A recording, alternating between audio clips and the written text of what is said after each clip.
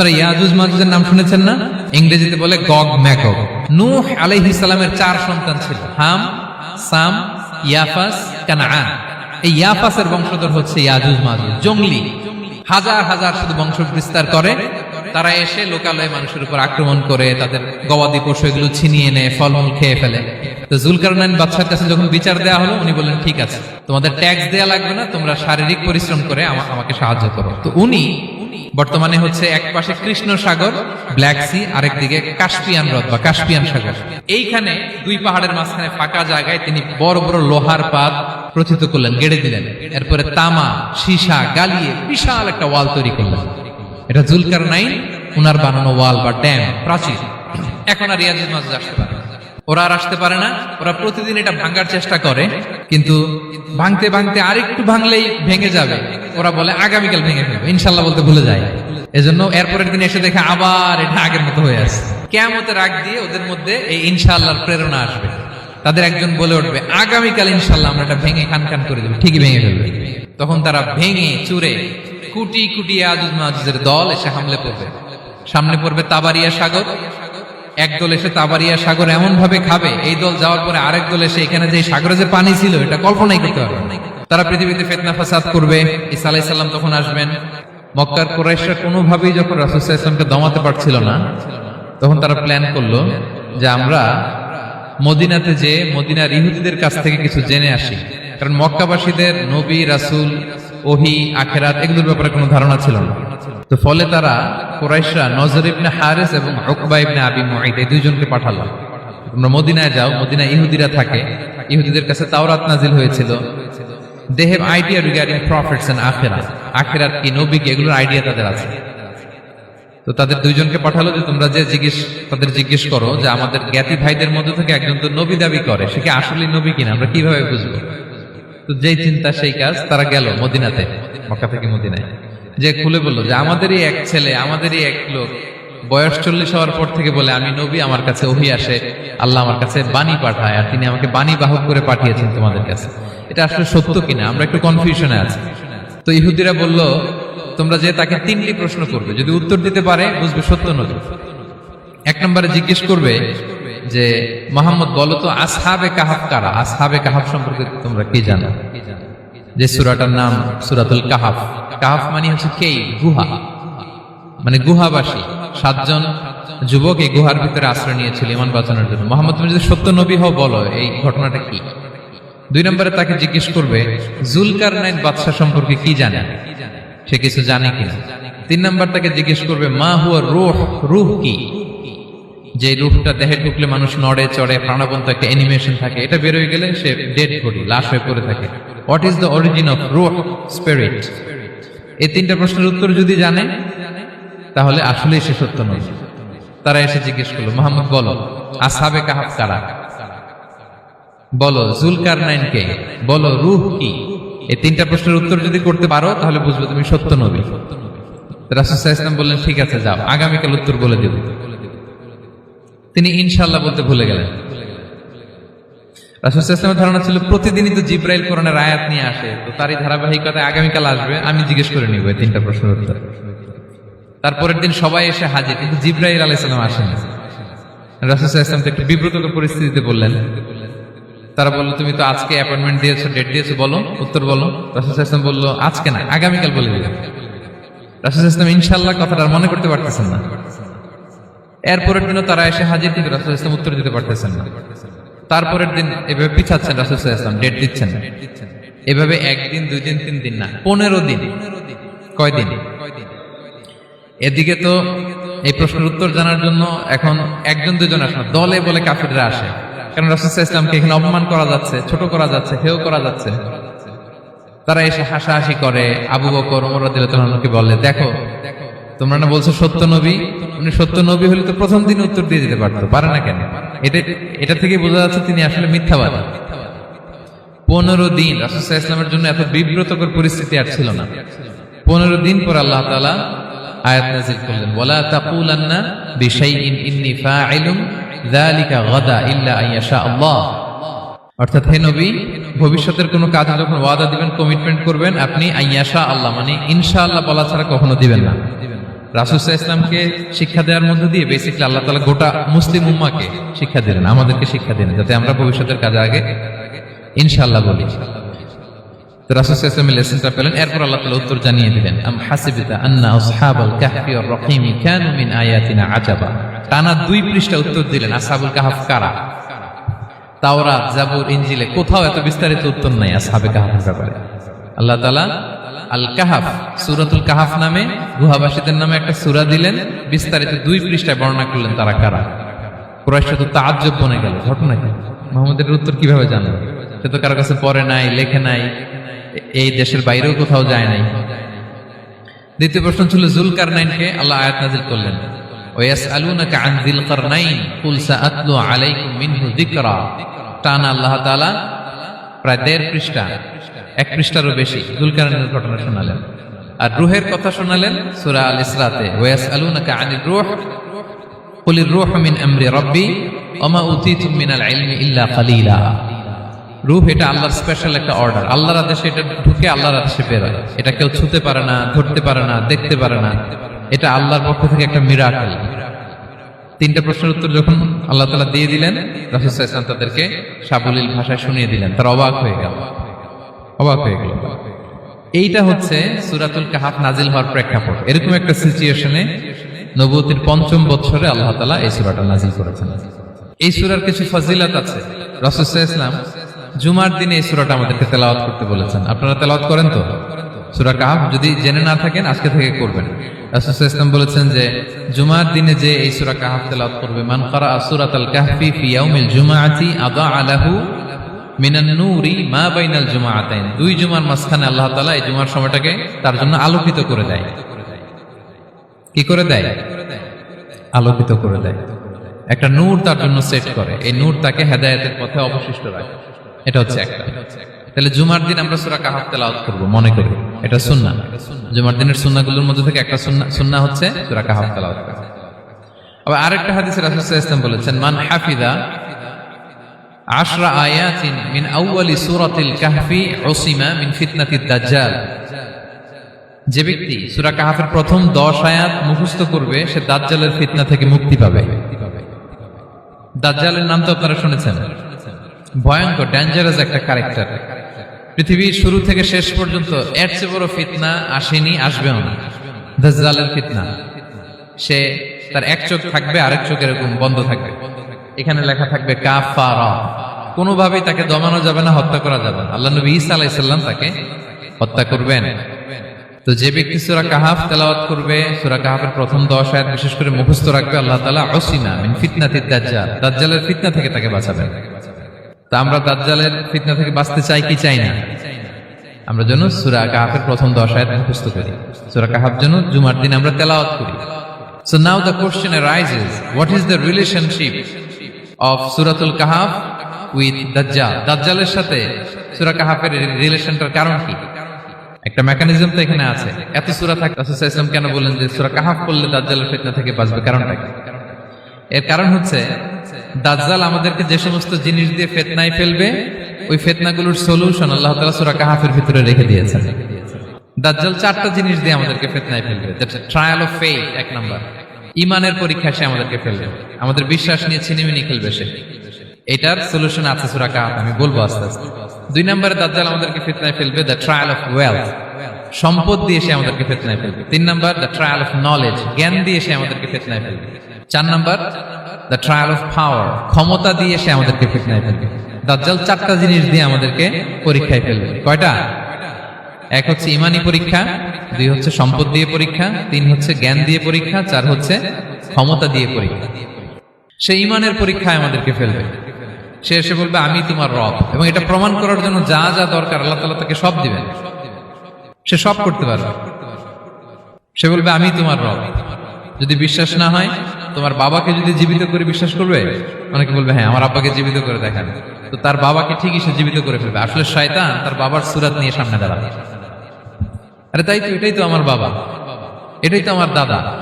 মানুষ ফিতনায় পড়ে যাবে, ইমানের ফিতনায়। সে ভাববে আসলে এটাই বোধহয় আমার রব, এবং তাকে এত ক্ষমতা দেয়া হবে, তার ডান দিকে থাকবে জান্নাত, বাঁ দিকে জাহান্নাম। তার কাছে আল্লাহ এটা দিবে। যে তার কথা শুনবে তাকে সে জান্নাতে ঢুকাবে, কিন্তু জান্নাতে ঢুকে সে জাহান্নামের শাস্তি ভোগ করবে। এটা তার বাইরের মানুষ বুঝবে না, অ্যাপারেন্টলি এটা জান্নাত। আর যে তাকে মানবে না তাকে সে জাহান্নামে ফেলবে, কিন্তু জাহান্নামে ঢুকলেও সে জান্নাতের নাজ নেয়ামত ভোগ করবে। তাহলে এই যে ইমানের ফিতনায় সে ফেলে দেবে আমাদেরকে। তো ইমান কি করে বাঁচাবো, এটা সলিউশন আমি শোনাবো আপনাদের। 2 নম্বরে সে আমাদেরকে সম্পদ দিয়ে ফিতনায় ফেলবে। যার যা লাগবে সে তাই দিতে পারবে, যা লাগবে। সে যদি আকাশকে বলে আকাশ বৃষ্টি দাও, যাকে তারা মানবে ওই এলাকায় বৃষ্টি হবে, সুজলা সুফলা শস্য শ্যামলা হবে, সে সমস্ত এলাকা ফল মূলে ভর্তি হবে, বরকত আর বরকত।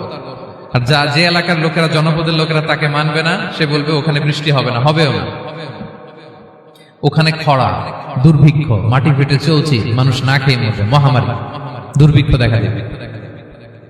তখন বিশ্ববাসী মনে করবে এটাই বোধহয় আমাদের রব। তার মানে সম্পদ দিয়ে ফিতনায় ফেলে দেবে। 3 নম্বর হচ্ছে নলেজ। তার জ্ঞানের কাছে গোটা বিশ্ব হার মানবে। পূর্বের পরের যত জ্ঞান আছে সব আল্লাহ তাকে দিবে। ইলমুল আউয়ালিন ওয়াল আখিরিন, এমন কোন প্রশ্ন নেই যেটা দিয়ে তাকে আটকানো যায়। যাই জিজ্ঞেস করবেন সব জানতা, সব বলে দেয়। ভবিষ্যৎবাণী বলে দিবে, বলবে আগামীকাল ওইখানে অমুক দেশে বোমা বিস্ফোরণ হবে, হবে ওইখানে, ওখানে দুর্ভিক্ষ হবে, হবে, ভূমিকম্প হবে, হবে। সে যা বলবে তাই হবে। তার জ্ঞানের এই বহর দেখে মানুষ ফিতনায় পড়ে যাবে। 4 নম্বর হচ্ছে দ্য ট্রায়াল অফ পাওয়ার, ক্ষমতা। তার ক্ষমতার সামনে সবকিছু একেবারে ছিন্ন বিচ্ছিন্ন হয়ে যাবে, এত ক্ষমতা হবে তার। সে যেমনটি বলবে তেমনটি করতে হবে। বাতাসের চেয়ে দ্রুত বেগে সে এক দেশ থেকে আরেক দেশে চলে যাবে। তো তার এই সমস্ত অলৌকিক ক্ষমতা দেখে মানুষ ফিতনায় পড়ে যাবে। এবং এই ফিতনা, এই পরীক্ষার মুহূর্তগুলোতে মানুষ কিভাবে নিজেকে ধরে রাখবে তার সলিউশন আল্লাহ তাআলা সূরা কাহফে দিয়েছেন। এই 4টা ফিতনা থেকে বাঁচার জন্য আল্লাহ সূরা কাহফে 4টা ঘটনা উল্লেখ করেছেন। কয়টা? 1 নাম্বার হচ্ছে আসহাবে কাহফ, যুবকদের ঘটনা, 7 জন যুবকদের ঘটনা। ঈমান কি করে বাঁচাবেন, সলিউশন ওখানে। সম্পদের ফিতনা থেকে কিভাবে নিজেকে বাঁচাবেন, এজন্য একজন বাগানওয়ালার ঘটনা আল্লাহ সেখানে বলেছেন।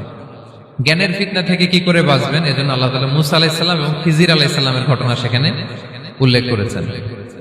আর ক্ষমতার ফিতনা থেকে কি করে বাঁচবেন এটা বোঝানোর জন্য আল্লাহ তাআলা যুলকারনাইনের ঘটনা উল্লেখ করেছেন। 4টা ফিতনা থেকে বাঁচার জন্য কয়টা ঘটনা? 4টা ঘটনা। আমরা তাহলে একটা একটা করে ঘটনা শুনি, আমরা একটু উদ্ধার করার চেষ্টা করি যে কি কি সলিউশন আল্লাহ তাআলা আমাদের বাতলে দিলেন।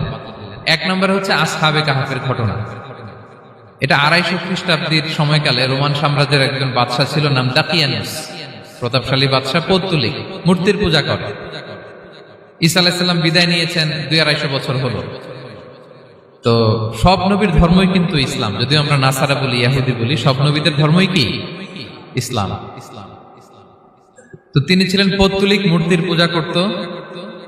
আর তার এলাকায় কেউ যদি ঈসা আলাইহিস সালামের নাম নিত, আখিরাতে বিশ্বাস করত, আল্লাহ বিশ্বাস করত, তাদেরকে তারা পাথর মেরে হত্যা করত। এজন্য ভয়ে কেউ ঈসাই ধর্মে ঈমান আনতো না, মানে ইসলামে ঈমান আনতো না। এই রাজার ভয়ে সবাই মূর্তির পূজা করত। কিন্তু 7 জন যুবক ছিল, তারা স্রোতে গা ভাসিয়ে দেয়নি, স্রোতের বিপরীতে তারা ঈমান নিয়ে দাঁড়িয়েছে। তারা ঈসা আলাইহিস সালামের রেখে যাওয়া সত্য ধর্মের উপর ঈমান এনেছিল, আখিরাতে তারা বিশ্বাস করত। তো এই 7 জন যুবকের কথা ছড়াতে ছড়াতে রাজা দাকিয়ানুসের কাছে চলে যায়। উনি তো রেগে মেগে আগুন, ডেকে পাঠালো 7 জনকে। তো তাদেরকে জিজ্ঞেস করলো, তোমরা কাকে মানো? বলতেছে এক আল্লাহকে মানি। সাহসী, খুবই সাহসী। বলতেছে তুমি কি জানো তোমরা কার সামনে কথা বলতেছো? আমি তো তোমাদেরকে মৃত্যুদণ্ড দিতে পারি। তারা বলে দেন, কিন্তু আমরা সব বিসর্জন দিলেও ঈমান বিসর্জন দিতে পারবো না। সুবহানাল্লাহ। তিনি বললেন, তোমরা যুবক মানুষ, রক্ত গরম, আবেগে কথা বলতেছো, 3 দিন সময় দিলাম, যাও, ঈসার নাম ভুলে যাও, আখিরাত ভুলে যাও, আল্লাহর নাম ভুলে যাও। 3 দিন পরে তোমাদেরকে আবার ইন্টারভিউ নেব। ওই দিন যদি একই কথা বলো, পাথর মেরে 7 জনকে দুনিয়া থেকে উড়িয়ে দেব। তারা চলে গেল। এবার 7 বন্ধু মিলে পরামর্শ করতে লাগলো, কি করতে পারি আমরা, এই গুণে ধরা সমাজকে আমরা কিভাবে বাঁচাবো, এই পৌত্তলিকতার ছোবল থেকে এই ইফসিস নগরীকে বাঁচাবো কি করে। নগরীটার নাম ছিল ইফসিস নগরী। বর্তমানে এটা তুরস্কের ইজমির শহরে অবস্থিত। এখনো জায়গাটা প্রত্নতাত্ত্বিকদের ওই ইয়েতে এটা সংরক্ষিত, এখনো টুরিস্টরা যায়। তো তারা বলল, আমরা ঈমান বিসর্জন দিব না, যদি আমরা ওদের কথা মেনে নেই, আমরা তো মুশরিক হয়ে গেলাম, চলো আমরা এক কাজ করি, আমরা এলাকা ছেড়ে দিই। এই 7 যুবক আল্লাহর উপর ভরসা করে তারা বাড়ি ঘর আত্মীয় স্বজন সব ছেড়ে দিয়ে লোকালয় ছেড়ে দূরে একটা পাহাড়ের ভেতরে আশ্রয় নিল। পাহাড়ের ভেতরে একটা গুহা ছিল, এই গুহাকে আরবিতে বলে আল কাহাফ। কি বলে? এই সূরার নাম কি? সূরাতুল কাহাফ।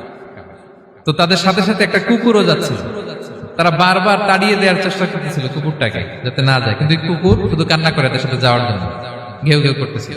এই কুকুরটাকেও সাথে নিল। ভালো মানুষদের সাথে থাকলে কি হয় দেখেন, এই কুকুরের কথা, যেহেতু 7 জন ইমানদারের সাথে একটা কুকুর ছিল, এই কুকুরের কথা আল্লাহ সূরাতুল কাহাফে উল্লেখ করে দিয়েছে। ওয়া কালবুহুম বাসিতুন যিরাআইহি বিল ওয়াসিল। তো তারা ভিতরে গেল, যে প্রচন্ড ক্লান্ত, তারা ঘুমিয়ে পড়ল। কি করলো? এই এক ঘুমে আল্লাহ 309 বছর কাটাই দিলেন। কয়শো 9 বছর? 9 বছর ঘুম, সব ঘুম, প্রচন্ড ঘুম, ঘুম যেন আর কাটে না। 309 বছর পরে এরা জাগলো। এখন খুব ক্ষুধা, ঘুমে আর মোর ভাঙতেছে, আর একজন জিজ্ঞেস করতেছে কি লম্বা সময় ঘুম দিলাম কোথায় আমরা? একজন বলতেছে হ্যাঁ, মনে সারাদিনই ঘুমাইছি আমরা। আরেকজন বলতেছে না না, সারাদিন না, দিনের কিছু অংশ হয়তো ঘুমাইছি। আসলে কয় বছর ঘুমাইছে? 309 বছর। তো এদিকে সভ্যতার তো চেঞ্জ। এখানে ওই দাকিয়ানুস মরে, এর ছেলে মরে, এর নাতি মরে, পুতি মরে, এখন 6ষ্ঠ নম্বর রাজা আসছে।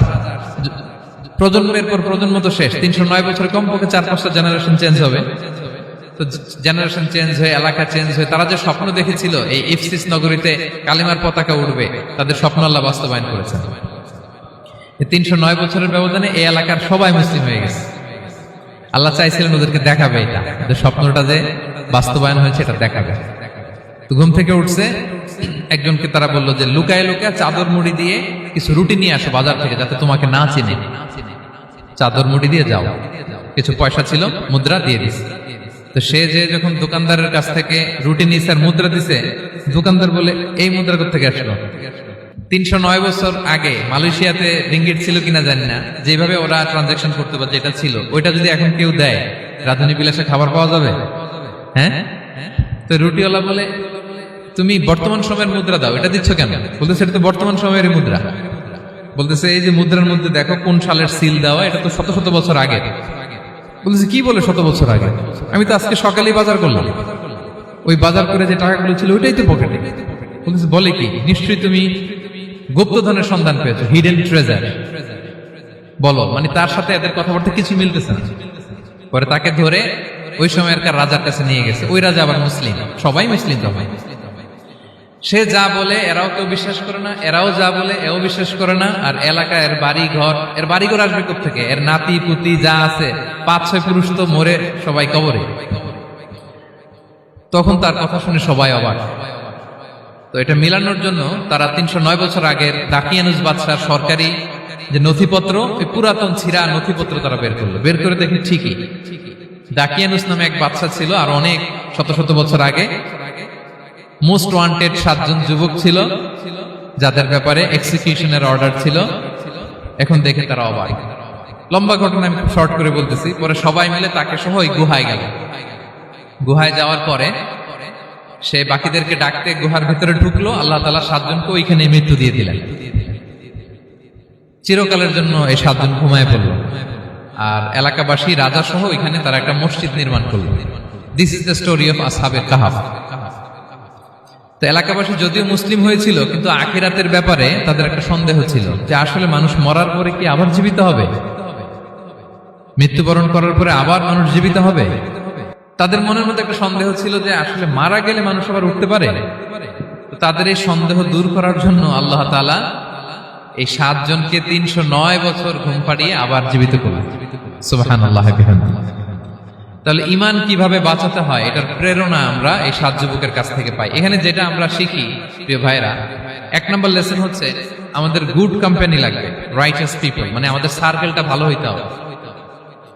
তাদের 7 জনের সার্কেলটা খুব ভালো ছিল, ফলে তারা বিপথে যায় না, এবং তারা এমন শক্ত সিদ্ধান্ত নিয়েছে যে আল্লাহ তাআলা সেটাতে বরকত দিয়েছেন, গোটা সমাজকে আল্লাহ তাআলা চেঞ্জ করে দিয়েছেন। এটা হচ্ছে 1 নম্বর লেসন। আপনি ঈমান বাঁচাতে হলে আপনার সার্কেল ভালো লাগবে। খুঁজবেন, যে এলাকায় যাবেন ওখানে নামাজি সার্কেল কারা আছে, ওখানে জ্ঞানী গুণী সার্কেল কারা আছে, ওখানে ভালো কাজ করতে চায়, একে অপরকে সহযোগিতা করে, কল্যাণের পথের যাত্রী কারা আছে খুঁজতে হবে আপনাকে। খুঁজে ওই সার্কেলে আপনি যুক্ত হবে, তাইলে ঈমান বাঁচানো যাবে। ক্লিয়ার? 2 নাম্বার হচ্ছে conflict between believers and disbelievers it's universal. সত্য মিথ্যার লড়াই এটা চিরন্তন, আজীবন থাকবে। এটা ওনাদেরও ছিল, এখনো আমাদের লড়াই করে যেতে হচ্ছে, আমাদের ভবিষ্যৎ প্রজন্মও করবে। এই লড়াইটা আমরা করে যেতে চাই, কি বলেন? হ্যাঁ, থামা যাবে না, আমরা থামতে আসিনি, আমরা এই লড়াইটা করে যাব, আমরা সত্যের কথা বলেই যাব ইনশাআল্লাহ বলেন। 3 নাম্বার হচ্ছে যুবকরা চাইলে একটা সমাজকে পাল্টে দিতে পারে। এই পৃথিবীতে যত বড় বড় বিপ্লব হয়েছে এগুলো যুবকরা এনেছে, তারা হচ্ছে সভ্যতা গড়ার কারিগর। আসহাবে কাহাফ আমাদের এই সময়ের নওজওয়ানদের জন্য প্রেরণা, তারা আমাদের জন্য প্রেরণার বাতিঘর। তারা যেমনি ইমানকে রক্ষা করেছে, আমাদের যুবকরা চাইলেও তাদের ইমানি চেতনাতে স্পিরিট দিয়ে সমাজটাকে পাল্টে দিতে পারে, কি বলেন? এখানে বেশিরভাগই তো যুবক। হ্যাঁ, গুড সার্কেলে থাকবেন তো আপনারা, সত্যের পক্ষে সবাই থাকবেন তো, আল্লাহ তাআলা কবুল করুন। আচ্ছা, এবার 2 নাম্বার ছিল সম্পদের ফিতনা, কিভাবে বাঁচবেন। আসহাবে কাহাফের পরে সূরা কাহাফে আল্লাহ তাআলা একজন বাগানওয়ালার ঘটনা বলেছে। 2 জন বন্ধু, একজন একটু গরিব, সে বিশ্বাসী, আরেকজন ধনী, সে অবিশ্বাসী। তাকে আল্লাহ তাআলা বিশাল বড় খেজুরের বাগান আর আঙ্গুরের বাগান দিয়েছেন, বিশাল অনেক বড় বিজনেস ম্যাগনেট। তো এই সম্পদের অহংকার সে করত। সে প্রায় তার গরিব বন্ধুকে বলতো যে তোর চেয়ে আমার সম্পদও বেশি, সন্তানও বেশি, জনবল বেশি, লোকবল বেশি, অর্থবল বেশি, সব বেশি। অহংকারে তার পা মাটিতে পড়ত না। আর সে আখিরাতে অবিশ্বাস করত এবং সে বলতো যে এই সম্পদ আমারে বাঁচাবে, চিরকাল আমাকে স্মরণীয় করে রাখবে, এই সম্পদ কোনোদিন যাবে না।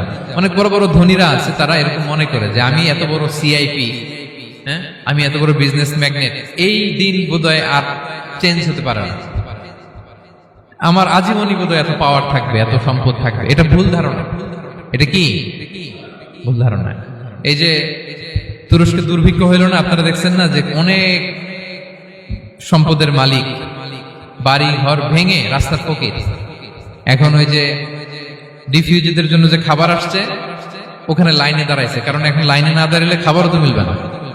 1000 কোটি টাকার মালিক ছিল, ভেঙে চুরে সব শেষ। এখন রিলিফের নেওয়ার জন্য দুস্থদের কাতারে ওখানে দাঁড়াইছে, কারণ দাঁড়াইলেই কিছু খাবার পাওয়া যাবে, খিচুড়ি পাওয়া যাবে, তা না হলে তো খাবারটাও মিলবে না।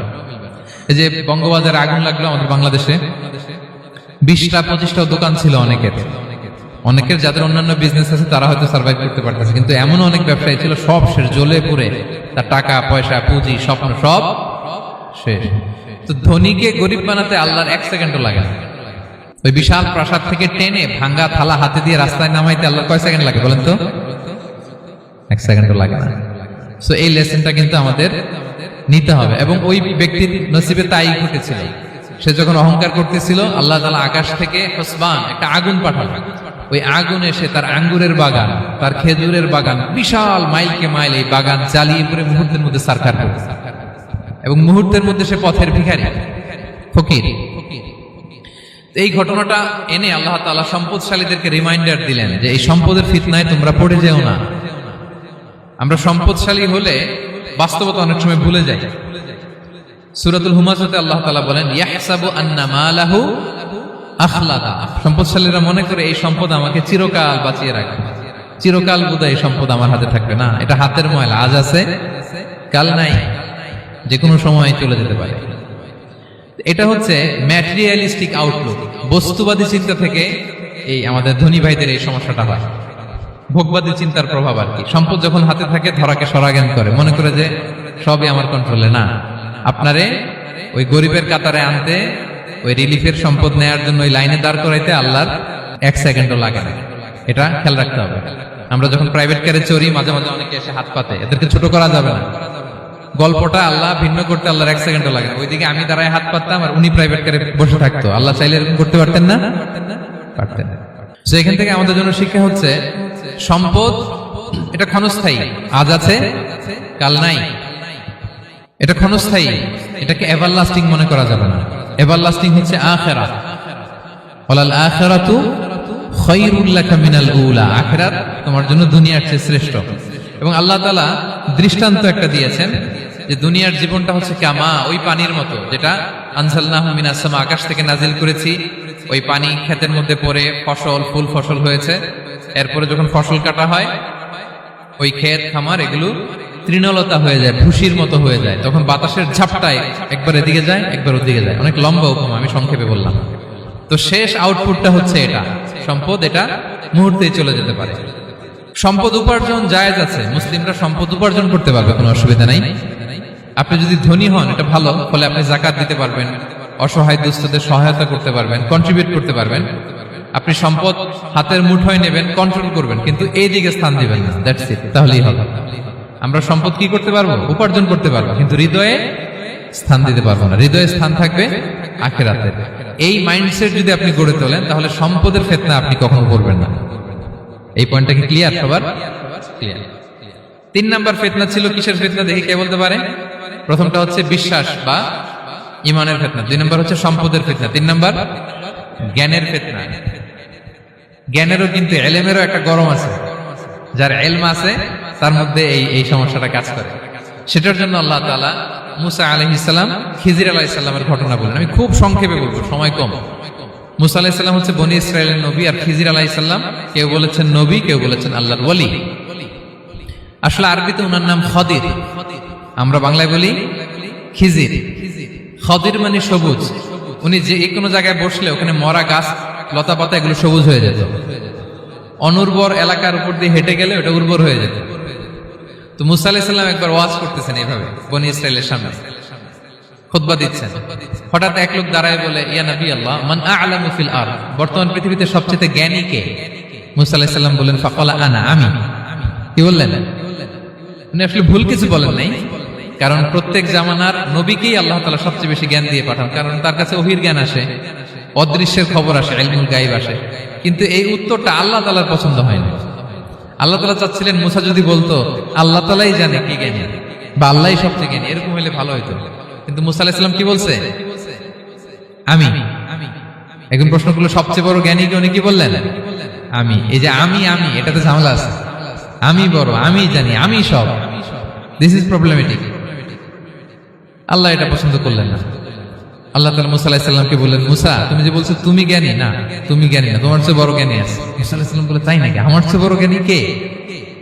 তো আল্লাহ তাআলা বললেন, ইযহাব ইলা মাজমাইল বাহরাইন, 2 সাগর বা 2 নদীর মিলনস্থলে যাও, ওখানে আমার এক বান্দা আছে তোমার চেয়েও জ্ঞানী। মুসা আলাইহিস সালাম বললেন, তাই নাকি? তো আল্লাহ, আমি কিভাবে চিনি উনি কোথায় থাকে, কিভাবে বুঝবো? আল্লাহ বললেন, একটা বড় মাছ নাও, এটাকে ফ্রাই করো, এটাকে ফ্রাই করে একটা ঝুড়ির ভেতরে নাও, যেখানে এই মাছটা সাগরে ঢুকে যাবে ওখানে আমার বান্দাকে পাবে। তো উনি ওনার সহযোগী ইউশা ইবনে নুনকে নিয়ে হাঁটতে লাগলেন। হাঁটতে হাঁটতে এক জায়গায় ক্লান্ত হয়ে পাথরের পাশে বিশ্রাম নিলেন। ওই পাথর থেকে আবার এক ধরনের পানি বের হয়, এই পানিটারে বলে আবে হায়াতের পানি, মাউল হায়াত, জীবন নদীর পানি। এই পানি কোনো মৃত প্রাণী বা বস্তুর গায়ে লাগলে ওটা জীবিত হয়ে যায়। তো ওনারা পাথরে হেলান দিয়ে বিশ্রাম নিচ্ছিলেন। ওই পানি ওই ফ্রাই করা মাছের গায়ে লাগার সাথে সাথে মাছ জীবিত হয়ে ঝুড়ি থেকে বের হয়ে সাগরে ঢুকে গেছে। ওনারা আর খেয়াল করেন না। এরপর আবার হাঁটতে লাগলেন। হাঁটতে হাঁটতে যখন ক্লান্ত তখন বলে, এই ইউশা, আমাদের ওই মাছ, ফ্রাই মাছটা দাও, এখন খাই। ঝুড়ি খুলে দেখে মাছ নাই। মাছ গেল কোথায়? তখন ইউশা বলল, হয়তো আমরা যে পাথরের ওখানে বিশ্রাম নিয়েছিলাম ওখানে আমরা মিসিং, ওখানে হারাই ফেলছি। চলো চলো, আরে ওইদিকে তো যাইতে হবে আমাদের। উনি গেলেন, যে দেখে মাছ যে জীবিত হয়ে বালুর এদিকে নাড়াচাড়া করতে করতে সাগরে ঢুকে গেছে, ওখানে দাগ আছে। মুসা আলাইহিস সালাম ঢুকলেন সুরঙ্গ, ঢুকে দেখে চাদর গায়ে দিয়ে এক লোক শুয়ে আছে। সালাম দিলেন, আসসালামু আলাইকুম। ওই লোক চাদর আর সরায় না, ভিতর থেকে বলতেছে, ওয়ালাইকুম আসসালাম। তো চাদরের ভিতর থেকে উনি বলে, মান আন, তুমি কে? মুসা আলাইহিস সালাম বললেন, আনা মুসা, আমি মুসা। উনি বলেন, মুসা বনি ইসরাইল, বনি ইসরাইলের মুসা? বললেন, হ্যাঁ। কেন এসেছো? এবার চাদর খুললেন। বলতেছে, আপনার কাছ থেকে কিছু শিখতে আসছি। আল্লাহ বলছে, আপনি নাকি সবচেয়ে বড় জ্ঞানী। আমি ভুল করে বলে ফেলছিলাম আমি। আল্লাহ বলছেন যে আপনি নাকি জ্ঞানী। বলতেছে, না, তুমি আমার জ্ঞান নিতে পারবে না, ওই ধৈর্য শক্তি তোমার নাই। মুসা আলাইহিস সালাম বললেন যে, আপনি যে কোনো শর্তে আমাকে একটু রাখেন কয়েকদিন, আপনার সাথে আমি রাজি। বললেন, না, তুমি পারবে না। মুসা আলাইহিস সালাম জোর করতে লাগলেন। অবশেষে খিজির আলাইহিস সালাম রাজি হলেন। বললেন, শর্ত হচ্ছে আমি যাই করি আর না করি আমাকে কোনো প্রশ্ন করা যাবে না। মুসা আলাইহিস সালাম বললেন ওকে। সফর শুরু হলো। সামনে নদী, এক লোক তাদের নৌকা দিয়ে নদী পার করাই দিল। নদী পারাপারের পর খিজির আলাইহিস সালাম লাঠি দিয়ে নৌকার তলাটা ছিদ্র করে দিলেন। মুসা আলাইহিস সালাম বললেন ইন্না লিল্লাহি, এটা আপনি কি করলেন? ওরা আমাদেরকে নদী পার করে দিল, আর যে ভাড়াটা আসছিল এটাও নিল না, আমাদেরকে সম্মান দেখলো, আপনি নৌকা ছিদ্র করে দিলেন। খিজির আলাইহিস সালাম বলছে এই যে আমি বলছিলাম না তুমি ধৈর্য ধারণ করতে পারবে না, যাও তোমার রাস্তায় তুমি আমার রাস্তায় নিও। মুসা আলাইহিস সালাম আবার ক্ষমা চাচ্ছেন যে আপনি আমার ক্ষমা করেন, আমি তো ভুলে গেছি, আর প্রশ্ন করবেন না। চলতে লাগলেন। হঠাৎ বাচ্চারা খেলতেছে, এক বাচ্চাকে ধরে হত্যা করলেন খিজির আলাইহিস সালাম। এবার তো মুসা আলাইহিস সালাম রেগে গেছে, আপনি করলেনটা কি? নিষ্পাপ ফুলের মতো শিশুকে হত্যা করলেন। খিজির আলাইহিস সালাম বলে এই যে আমি জানতাম যে তুমি ধৈর্য ধারণ করতে পারবে না, তোমার রাস্তা এক আমার রাস্তা এক, যাও। এবার মুসা আলাইহিস সালাম করজোর করতেছে যে this is the last chance, একটা ফাইনাল চান্স দেন, একটা সুযোগ দেন, আর আমি প্রশ্ন করবো না, এটাই লাস্ট। বলেন ওকে ঠিক আছে। হাঁটতে হাঁটতে এক ইহুদি বসতির সামনে যে হাজির, দুজনই খুব ক্ষুধার্ত, খাবার চাইলো, এরা আবার কৃপণ, খাবার দিল না। তো খিজির আলাইহিস সালাম বললেন ঠিক আছে, খাবার যেটা দিচ্ছেন আমরা চলে যাই। যাওয়ার পথে দেখতেছে এই এলাকার একটা দেয়াল ভেঙে পড়ে যাবে। তিনি বললেন মুসা চলো এটা ঠিক করে দেই। দুইজন মিলে প্রচন্ড ক্ষুধায় এটা সেটা এনে দেয়ালটা তৈরি করতেছে। মুসা আলাইহিস সালাম তো এমনিই রাগী, পেটে আবার ক্ষুধা, আবার বলছে কিছু বলাও যাবে না। তিনি এবার আর প্রশ্ন করেন, বলতেছে ওরা এত কিপটামি করলো আর আপনি এটা করে দিলেন, আপনি তো চাইলে এটা টাকা নিতে পারতেন, পারিশ্রমিক নিতে পারতেন চাইলে। এই কথা বলার পর খিজির আলাইহিস সালাম বললেন হাযা ফিরাকু বাইনি ওয়া বাইনি, এখানেই তোমার আর আমার সেপারেশন, আর সামনে আগানো যাবে না, তোমার কোনো ধৈর্যই নেই। তো এতটুকু তোমাকে আমি বলি যে আমি একটাও আল্লাহর আদেশ ছাড়া করি নাই, আল্লাহর আদেশে আমি করেছি। কি? এক নম্বর হচ্ছে ওই যে আমাদের ভাড়া নিতে চাইলো না, আমাদেরকে পার করে দিল, নৌকাটা ছিদ্র করেছি কারণ এই এলাকায় একজন জালিম বাদশাহ আছে, সে নৌকা পেলেই গরিব মাঝিদের নৌকা সিজ করে নিয়ে যায়। তো এটাকে যখন তলায় ছিদ্র করে দিছি, এই রাজার লোকেরা এসে দেখবে যে এটা তলা ছিদ্র, পানি ঢুকতেছে, এটা নিবে না, ওরা পরে সামহাও এটা রিপেয়ার করে চালাইতে পারবে। মুসা আলাইহিস সালাম বলে সুবহানাল্লাহ, তাই তো, এটা তো আমি বুঝতে পারি নাই। আর ওই ছোট শিশুটাকে হত্যা করছি, ও অনেক বড় জালিম হবে এলাকা, তার ফিতনায় এলাকাবাসী তটস্থ থাকবে, সে তার মা বাবাকেও জাহান্নামে নেবে। এজন্য আল্লাহ তাআলা আদেশ দিয়েছেন আমাকে, আল্লাহর আদেশে আমি তাকে হত্যা করেছি। মুসা আলাইহিস সালাম বললেন তাই তো, এটা তো অনেক ভালো কাজ করছেন তাইলে। তো বলতেছে তাহলে ওইটা বলেন, খাবারও দিল না, এত কৃপণ, এদের দেয়াল কেন ঠিক করতে গেলেন আপনি? তখন তিনি বললেন যে আসলে এটা একটা ইয়াতিমদের ঘর ছিল, দুইটা ইয়াতিম শিশু, তাদের বাবা মা খুব ভালো ছিল, আর এই দেয়ালের নিচে আছে গুপ্তধন, এই দেয়ালটা পড়ে যাবে, এই গুপ্তধন তারা ছোট মানুষ নিতে পারবে না, এলাকাবাসী তাদেরকে বঞ্চিত করে নিয়ে যাবে। আমি দেয়াল গড়ে দিলাম যাতে করে তারা যখন প্রাপ্তবয়স্ক হয় নিজেদের সম্পদ নিজেরা বুঝে নিতে পারে। সুবহানাল্লাহ বিহামদি। মুসা আলাইহিস সালাম বলে তাই তো, এগুলো তো আমি বুঝতে পারি নাই। তো এই ছিল খুব সংক্ষিপ্ত পরিসরে মুসা আলাইহিস সালাম খিজির আলাইহিস সালামের ঘটনা।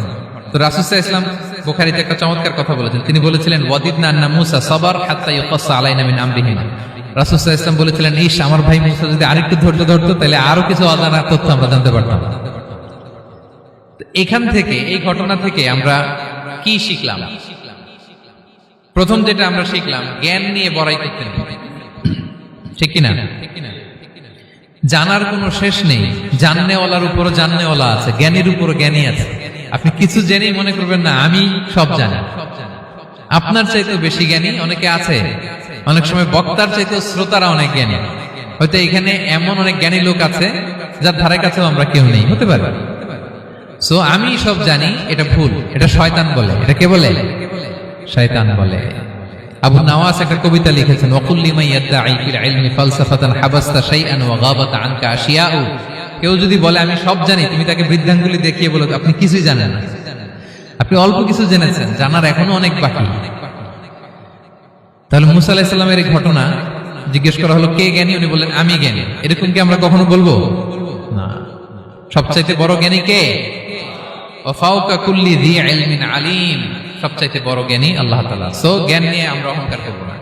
দুই নম্বর যে শিক্ষাটা আমরা পাই, ওই যে নৌকা দিয়ে পারাপার হচ্ছিল, তখন একটা চড়ুই পাখি এসে সাগরের মধ্যে মুখ দিয়েছিল।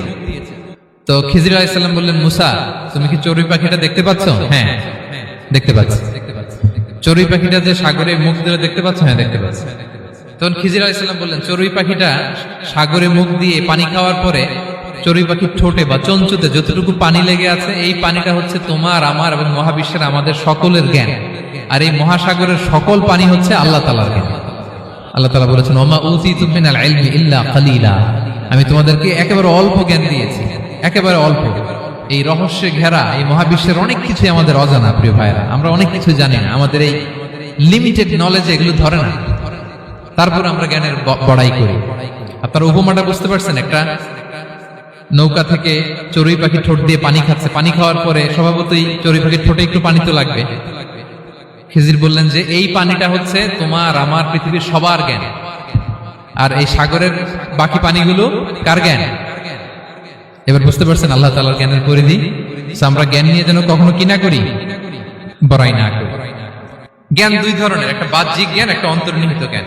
External knowledge, internal knowledge. আমরা যখন কোরআন হাদিস পড়ি আমাদের বাহ্যিক জ্ঞান অর্জন হয়।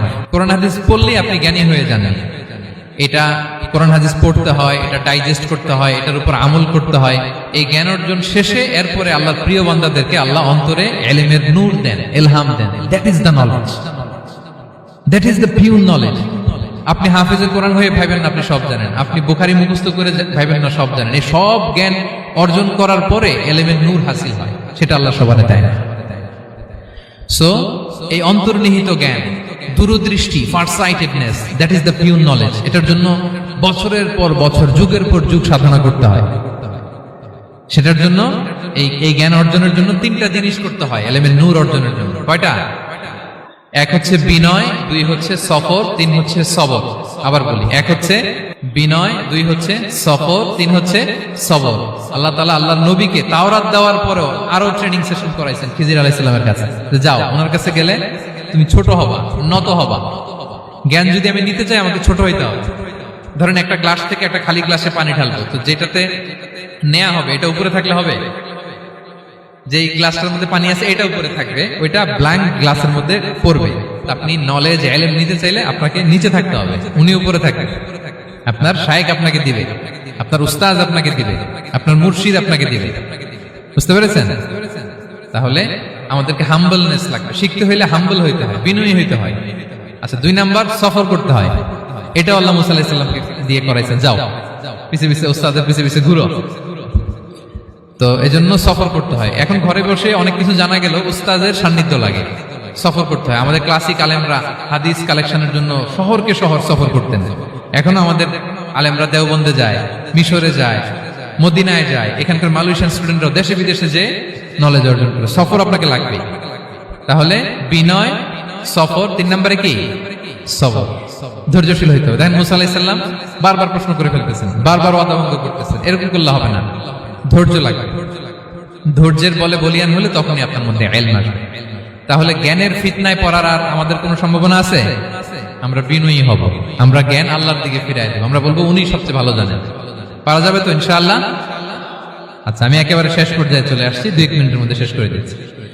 3 নাম্বার ছিল কিসের ফিতনা? 4 নাম্বার ক্ষমতার ফিতনা। এই ফিতনা থেকে বাঁচার জন্য সর্বশেষ আল্লাহ তাআলা যুলকারনাইনের ঘটনা বলেছেন। অনেক বড় বাদশা ছিলেন। পৃথিবীতে 4 জন বাদশা গোটা বিশ্ব শাসন করেছেন। 2 জন কাফির, 2 জন মুমিন। কাফির একজন হচ্ছে নমরুদ, যিনি ইব্রাহিম আলাইহিস সালামকে আগুনে ফেলেছিলেন। আরেকজন হচ্ছে বখতে নাসার, যাকে ইংরেজিতে বলে নেবুচারনেজার দ্য সেকেন্ড, দ্বিতীয় নেবুচারনেজার। তারা কোনো নির্দিষ্ট এরিয়ার বাউন্ডারির বাদশা না, গোটা বিশ্বের বাদশা ছিলেন। এই 2 জন কাফির।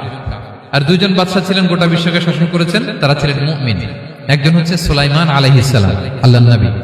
আরেকজন হচ্ছে যুলকারনাইন, গোটা বিশ্ব শাসন করেছেন, প্রাচ্য থেকে পাশ্চাত্য সব জায়গায় তিনি গিয়েছেন, ইসলামের বাণী প্রচার করেছেন, জালিমদেরকে শায়েস্তা করেছেন।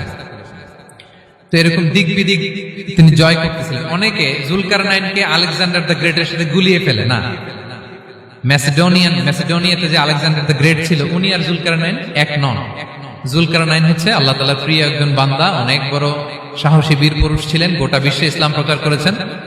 করতে করতে করতে করতে অনেক বড় ঘটনা, আমি সব শেষের ঘটনাটা বলি। উনি জর্জিয়া, বর্তমান যে জর্জিয়ার তিবলিসি এরিয়া, এখানে এসে একটা এলাকার সন্ধান পেলেন, যারা ওনাকে এসে বলল যে এখানে একটা জঙ্গলি গ্রুপ আছে যাদের নাম ইয়াজুজ মাজুজ, তারা এসে আমাদের উপর হামলা করে। হে জুলকারনাইন, আমরা আপনাকে ট্যাক্স কালেক্ট করে দিচ্ছি, আপনি তাদের মাঝে আর আমাদের মাঝে একটা প্রাচীর তৈরি করে দেন। আপনারা ইয়াজুজ মাজুজের নাম শুনেছেন না? ইংরেজিতে বলে গগ ম্যাগগ। নূহ আলাইহিস সালামের 4 সন্তান ছিল, হাম, সাম, ইয়াফাস, কানাআন। এই ইয়াফাসের বংশধর হচ্ছে ইয়াজুজ মাজুজ, জঙ্গলি, হাজার হাজার শুধু বংশ বিস্তার করে। তারা এসে লোকালয়ে মানুষের উপর আক্রমণ করে, তাদের গবাদি পশু এগুলো ছিনিয়ে নেয়, ফলমূল খেয়ে ফেলে। তো জুলকারনাইন বাদশার কাছে যখন বিচার দেওয়া হলো, উনি বললেন ঠিক আছে, তোমাদের ট্যাক্স দেয়া লাগবে না, তোমরা শারীরিক পরিশ্রম করে আমাকে সাহায্য করো। তো উনি বর্তমানে হচ্ছে এক পাশে কৃষ্ণ সাগর, ব্ল্যাক সি, আরেকদিকে কাস্পিয়ান হ্রদ বা কাস্পিয়ান সাগর, এর মাঝখানে 1200 কিলোমিটার লম্বা মাউন্টেন রেঞ্জ, পাহাড়ি এরিয়া, আপনারা গুগলে দেখবেন। এইখানে 2 পাহাড়ের মাঝখানে ফাঁকা জায়গায় তিনি বড় বড় লোহার পাত প্রথিত করলেন, গেড়ে দিলেন। এরপরে তামা, সীসা গালিয়ে বিশাল একটা ওয়াল তৈরি করলেন। এটা জুলকারনাইন উনার বানানো ওয়াল বা ড্যাম, প্রাচীর। এখন আর ইয়াজুজ মাজুজ আসতে পারে না, ওরা আর আসতে পারে না। ওরা প্রতিদিন এটা ভাঙার চেষ্টা করে, কিন্তু ভাঙতে ভাঙতে আরেকটু ভাঙলেই ভেঙে যাবে। ওরা বলে আগামীকাল ভেঙে ফেলবে, ইনশাল্লাহ বলতে ভুলে যায়। এজন্য এরপরের দিন এসে দেখে আবার এটা আগের মতো হয়ে আসছে। কিয়ামতের আগ দিয়ে ওদের মধ্যে এই ইনশাআল্লাহর প্রেরণা আসবে। তাদের একজন বলে উঠবে, আগামীকাল ইনশাআল্লাহ আমরা এটা ভেঙে খান খান করে দেব, ঠিকই ভেঙে ফেলবে। তখন তারা ভেঙে চুরে কুটি কুটি ইয়াজুজ মাজুজের দল এসে হামলে পড়বে। সামনে পড়বে তাবারিয়া সাগর, একদল এসে তাবারিয়া সাগর এমন ভাবে খাবে, এই দল যাওয়ার পরে আরেক দল এসে এখানে যে সাগরে যে পানি ছিল এটা কল্পনাই করতে পারবে না। তারা পৃথিবীতে ফিতনা ফাসাদ করবে। ঈসা আলাইহিস সালাম তখন আসবেন, দোয়া করবে আল্লাহ তাআলার কাছে মুমিনরা, একটা মহামারী দিবে আল্লাহ তাআলা ইয়াজুজ মাজুজের মধ্যে, ওরা মরে যাবে সব। এরপর বিশাল এক পাখি এসে তাদেরকে আল্লাহর মর্জি মাফিক এমন এক জায়গায় ফেলে আসবে, কেউ জানবে না। তো তারা যে পচে গলে মাটির সাথে মিশেছিল, এই গলিত লাশ থেকে মাটি খুব উর্বর হয়ে যাবে। এরপর আল্লাহ তাআলা পৃথিবীর মধ্যে বারাকা দিবেন, কিছু রোপণ করলে তাড়াতাড়ি ফুলে ফেপে বড় বড় ফলমূল হচ্ছে। তো এটা কিয়ামতের আলামতের অন্য কোনো আলোচনায় হয়তো আমরা বলবো। তো জুলকারনাইন তিনি বিশাল এখানে প্রাচীর তৈরি করে দিয়েছিলেন, এবং প্রাচীর তৈরি করে দিয়ে তাদেরকে বলেছিলেন যে যতদিন আল্লাহ তাআলা চাইবেন এটা থাকবে, এবং যেদিন আল্লাহ তাআলার আদেশ আসবে এটা ভেঙে খান খান হয়ে যাবে। তার মানে দেখেন, এত পাওয়ারফুল, এত শক্তিশালী, এত ক্ষমতাধর হওয়ার পরেও তিনি তার ক্ষমতাকে কার দিকে ফিরিয়ে দিয়েছেন? যে আল্লাহ যতদিন চাইবে এই প্রাচীর টিকে থাকবে, যেদিন আল্লাহ তাআলার আদেশ আসবে এই প্রাচীর ভেঙে খান খান হয়ে যাবে। সো আমরা ক্ষমতার দেখা পেলে, চেয়ার একটা পেলে আমরা যেন জালিম হয়ে না উঠি, এটা হচ্ছে এখান থেকে শিক্ষা। আমরা যেন জুলুম না করি। উনি সম্পদের মালিক ছিলেন, ক্ষমতার মালিক ছিলেন, কিন্তু উনি যে আল্লাহর বান্দা এটা ভুলে যান নাই। আমরা যখন ক্ষমতাশীল হই, আমরা যখন প্রধানমন্ত্রী হই, আমরা যখন প্রেসিডেন্ট হই, আমরা যখন পাওয়ারফুল হই, আমাদের সবচেয়ে বড় পরিচয় যে আমরা আব্দুল্লাহ, আল্লাহর গোলাম, এটা আমরা ভুলে যাই। আমাদের আসল পরিচয় কি? আমরা আল্লাহর গোলাম। আমরা যে আল্লাহর গোলাম, এই চিন্তাটা, এই সেন্সটা যদি আমাদের মাথায় থাকে, তাহলে ক্ষমতা আমাদেরকে দাম্ভিক বানাতে পারে না, আর ওই ক্ষমতা আমাদেরকে ফিতনায়ও ফেলবে না। তাহলে সম্মানিত সুধী, দাজ্জাল কয়টা জিনিস দিয়ে আমাদেরকে ফিতনায় ফেলবে? 4টা। দ্য ট্রায়াল অফ ফেইথ, ইমানের পরীক্ষা; দ্য ট্রায়াল অফ ওয়েলথ, সম্পদ দিয়ে পরীক্ষা; দ্য ট্রায়াল অফ নলেজ, জ্ঞানের পরীক্ষা; দ্য ট্রায়াল অফ পাওয়ার, ক্ষমতার পরীক্ষা। আর ইমানের পরীক্ষায় উত্তরণের জন্য আল্লাহ তাআলা আমাদেরকে এই সূরায় আসহাবে কাহফের ঘটনা শুনিয়েছেন, যে 7 জন যুবক তারা তাদের ইমানকে হেফাজত করেছিল। সম্পদের ফিতনা থেকে বাঁচানোর জন্য আল্লাহ তাআলা আমাদেরকে এক বাগানওয়ালার কাহিনী জানিয়েছেন, যে সম্পদ পেয়ে তোমরা দাম্ভিক হয়ে যাও, এটা আজ আছে কাল থাকবে না। জ্ঞানের পরীক্ষা থেকে আমাদের মুক্তির জন্য আল্লাহ তাআলা অনেক বড় করে আল্লাহ নবী মুসা আলাইহিস সালাম এবং খিজির আলাইহিস সালামের ঘটনা শুনিয়েছেন, আমাদের বুঝিয়েছেন যে আমাদেরকে বিনয়ী হতে হবে, জ্ঞানের জন্য সফর করতে হবে এবং সবর করতে হবে। সবশেষে আল্লাহ তাআলা ক্ষমতার ফিতনা থেকে বাঁচানোর জন্য ক্ষমতাধর, আমরা তো একটা দেশের মালিক হই এখন, অমুক দেশের প্রেসিডেন্ট, অমুক দেশের প্রধানমন্ত্রী, উনি গোটা বিশ্বের প্রতাপশালী রাজা ছিলেন জুলকারনাইন। তারপরেও উনি যে আব্দুল্লাহ, উনি যে আল্লাহর গোলাম, এটা তিনি ভুলে যাননি। তাহলে এইভাবে যদি আমরা এই ফিতনাগুলো থেকে বাঁচার চেষ্টা করি, তাহলে এই ফিতনা থেকে আমরা বেঁচে থাকতে পারবো, এবং দাজ্জাল যদি এই মুহূর্তেও আসে, সে আমাদেরকে বিভ্রান্ত করতে পারবে না। পারবে? পারবে না ইনশাআল্লাহ। ইনশাআল্লাহ বলেন। আর ভবিষ্যতের সব কাজের আগে আমরা সবসময় কি বলবো? মনে থাকবে সবার?